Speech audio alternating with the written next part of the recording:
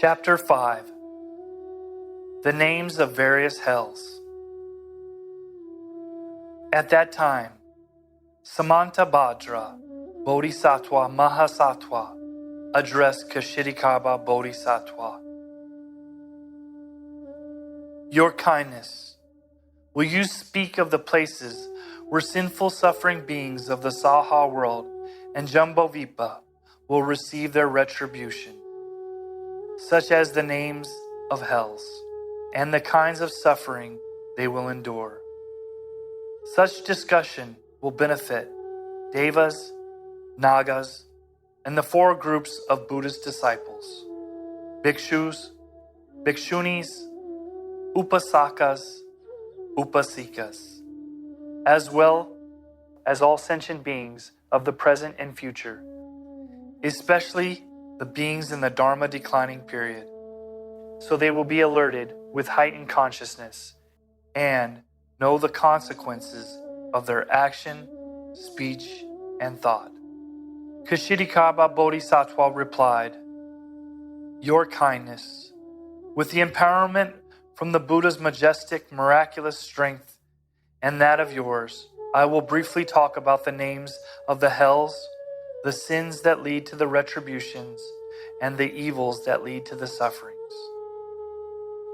Your kindness, in the east of Jambhavipa are the iron-enclosed mountains.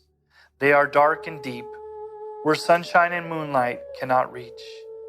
Within the iron-enclosed mountains, there is a major hell called Extreme Unremitting, and another hell called Mahavichi. And still, there is another hell called Four Corners. And still, there is another hell called Flying Swords. And still, there is another hell called Flaming Arrows. And still, there is another hell called Compressing Mountains. And still, there is another hell called Piercing Spears. And still, there is another hell called Iron Carts. And still, there is another hell called Iron Beds. And still, there is another hell called Iron Cattle. And still, there is another hell called Iron Bodysuits. And still, there is another hell called Thousand Blades. And still, there is another hell called Iron Donkeys. And still, there is another hell called Molten Copper.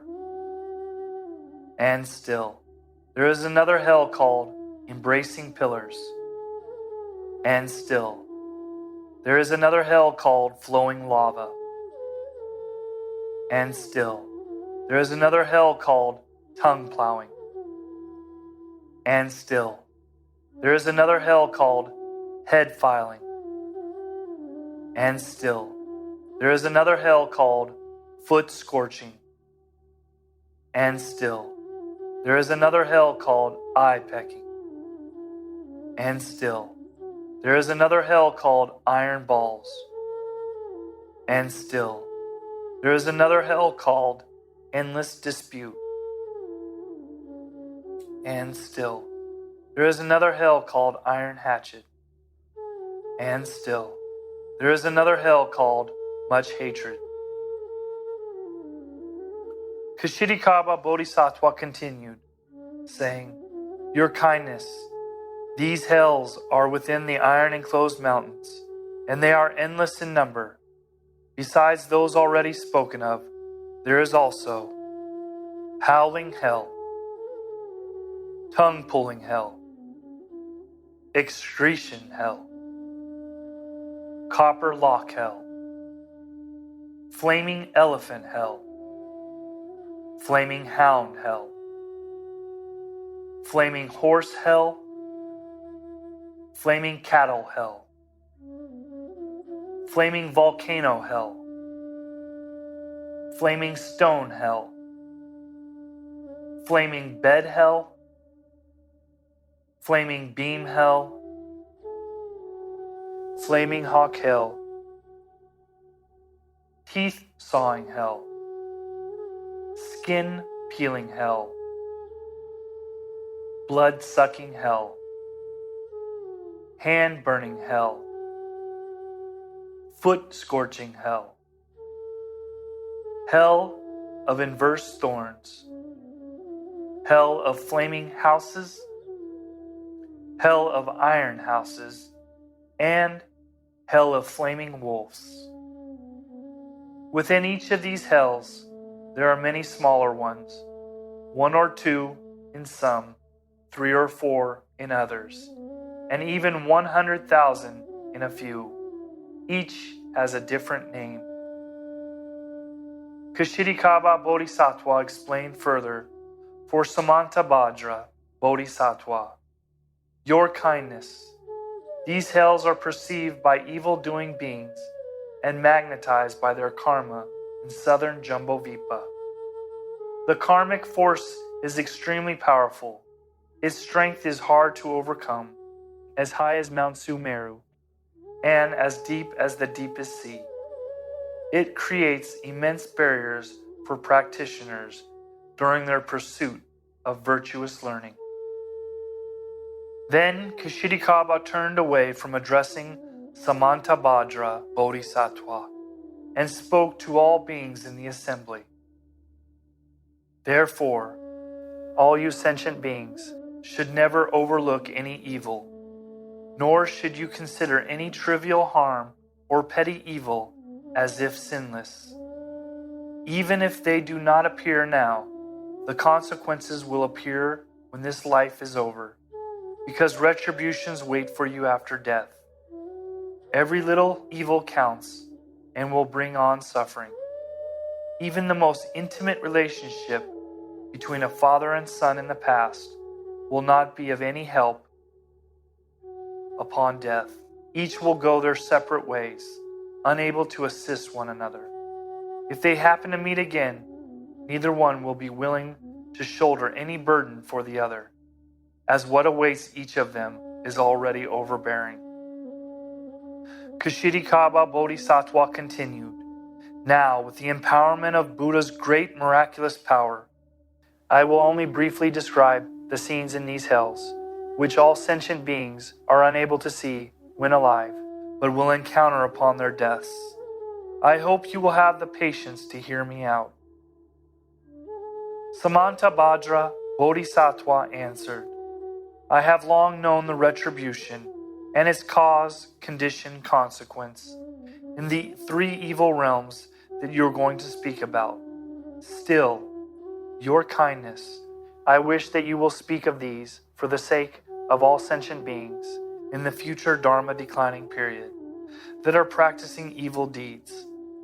Once they hear your words, they will be alarmed and thus take homage in the Buddha.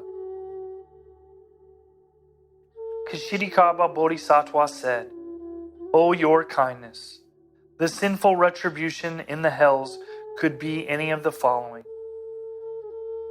There could be a hell where tongues of sinful beings are pulled out to be plowed by cattle.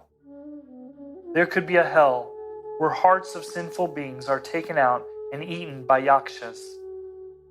There could be a hell where sinful beings are cooked in cauldrons filled with boiling liquids. There could be a hell where sinful beings embrace hot, burning copper pillars. There could be a hell where flames of fire strike sinful beings. There could be a hell made of frigid ice. There could be a hell filled with infinite feces and urine. There could be a hell filled with flying metal caltrops whirling around. There could be a hell with flaming spears continuously attacking sinful beings. There could be a hell where heavy blows constantly slam the chest and backs of sinful beings.